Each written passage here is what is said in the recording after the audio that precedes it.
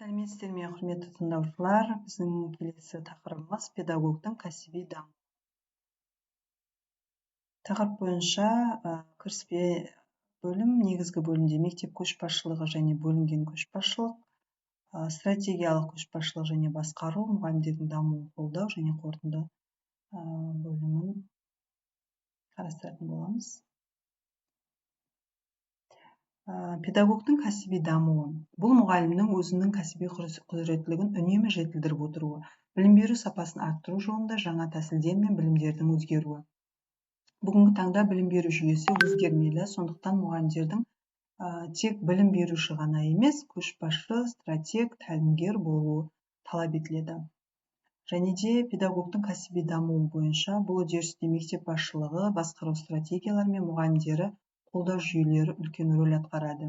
Жаңартылған білім мазмұнына бейімделу, оқыту үдерісін жетілдіру, жеке кәсіби мақсаттарын жүзеге асыруды қамту ол педагогтың кәсіби дамуының бағыттары болып саналады.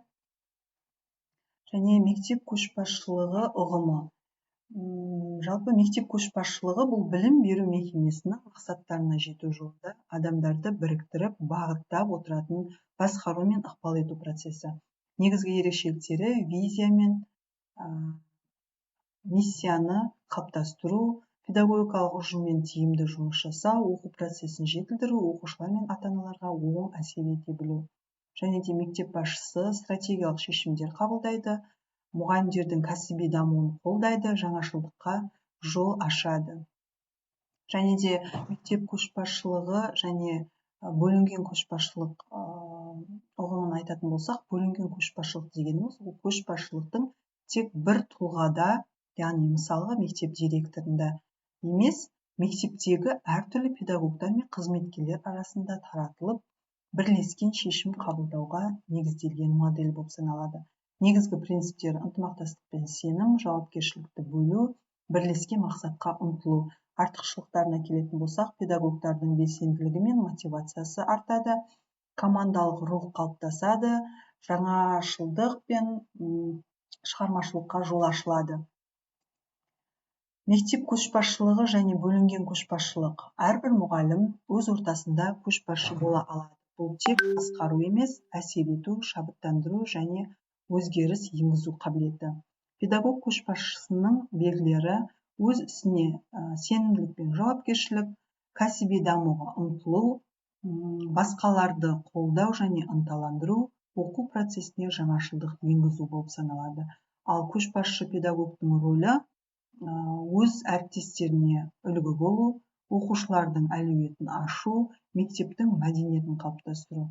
Яғни мұғалімнің көшбасшылық қасиеттері оның сапалы білім беруші ғана емес, сонымен қатар қоғамдық өзгерістерге ықпал етуші тұлға екендігін көрсетеді, яғни оның беделінің жоғары екеніне дәлел бола алады. Стратегиялық көшбасшылық және басқару. Стратегиялық көшбасшылық бұл ұзақ мерзімді мақсаттарға жетуге бағытталған, болашақты болжай отырып, шешім қабылдайтын, жаңашылдық пен өзгерістерге бейім көшбасшылық түрі. Негізгі сипаттамалары болжам жасау және жоспарлау қабілеті, мектеп миссиясы мен мақсатын нақтылау, өзгерістерді басқару, ресурстарды тиімді пайдалану болып табылады. Ал стратегиялық көшбасшы жаңа идеяларды іске асырады, ұжымның күшін біріктіреді, оқыту сапасын арттыру үшін нақты бағыт береді. Стратегиялық көшбасшылық және басқару, яғни негізгі бағыт, мақсат, қарым-қатынас, шешім қабылдау, уақыт жиілігі критериялар бойынша салыстыратын болсақ, негізгі бағыты бойынша басқару, процестер мен тәртіпті сақтау, ал көшбасшылық адамдарға ықпал ету, шабыттандыру. Мақсаты жағынан басқару, тұрақтылық, ережелерді сақтау болатын болса, көшбасшылық ол өзгерістерге жетелеу және даму. Қарым-қатынас жағынан басқару ресми, иерархиялық болатын болса, көшбасшылық сенімді, ашық және қолдаушы қарым-қатынас. Шешім қабылдау жағынан басқару ережеге сүйенеді, ал көшбасшылық көрегендікпен, шығармашылықпен басқарады. Ал уақыт көкжиегінде басқару қысқа мерзімді болуы мүмкін, ал көшбасшылық ұзақ мерзімді, яғни ол өзінің беделіне байланысты ұзақ мерзімді басқару ұзақ мерзімді көшбасшылық беделіне ие бола алады. Стратегиялық көшбасшылық және басқару. Мектептегі стратегиялық көшбасшының рөлі. Стратегиялық көшбасшы бұл мектептің дамуын жоспарлап, ұжымның әлеуетін ашуға ықпал ететін жетекші тұлға. Бұндай көшбасшы мектеп мәдениетін қалыптастыратын және ұзақ мерзімді табысқа жол ашатын өзгеріс енгізетін тұлға болып саналады. Ал оның негізгі рөлі мектептің даму жоспарын қалыптастыру, мұғалімдердің кәсіби дамуына бағыт беру, оқушыларға сапалы білім беру үшін жағдай жасау, инновациялық идеяларды қолдау және енгізу болып табылады. Келесі мұғалімдердің дамуын қолдау. Мұғалімдердің кәсіби дамуы сапалы білім берудің негізі. Оларды қолдау үшін мектеп ішінде жүргізу қажет. Оның мақсаты педагогтың әлеуетін толық ашу, үздіксіз даму ортасын қалыптастыру болып табылады. Қолдаудың негізгі бағыттары кәсіби оқыту курстары мен семинарлар, яғни жаңартылған білім беру мазмұны бойынша және әдістемелік дағдыларды дамыту. Келесі коучинг және менторлық, яғни жаңадан келген мұғалімдерге тәлімгерлік көрсету, жеке даму жоспарын құру. Тәжірибе алмасу, ашық сабақтар, шеберлік сағаттарын өткізу, мұғалімдер қауымдастығында бірлескен жобалар құру. Мұғалімдердің дамуын қолдау, мектептегі даму ортасын құру.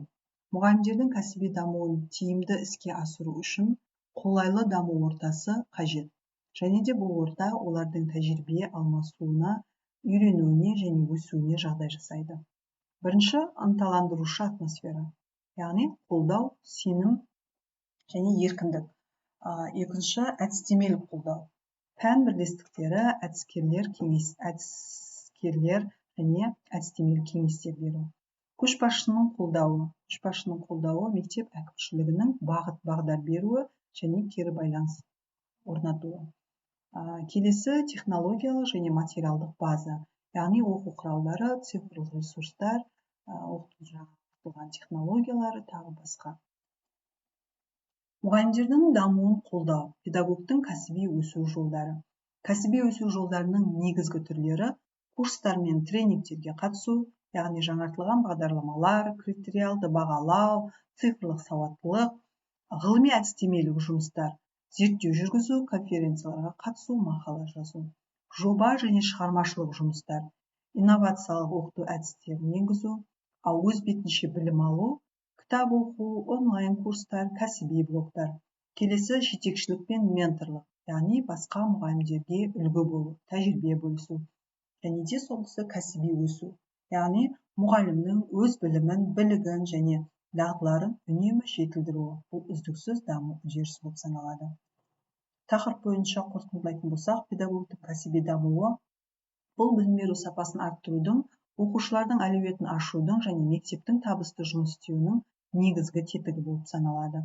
Қазіргі заман мұғалімдерінің тек білім беруде ғана емес, сонымен қатар көшбасшылық қабілетін, стратегиялық ойлауды және үздіксіз дамуға деген ниетті талап етеді.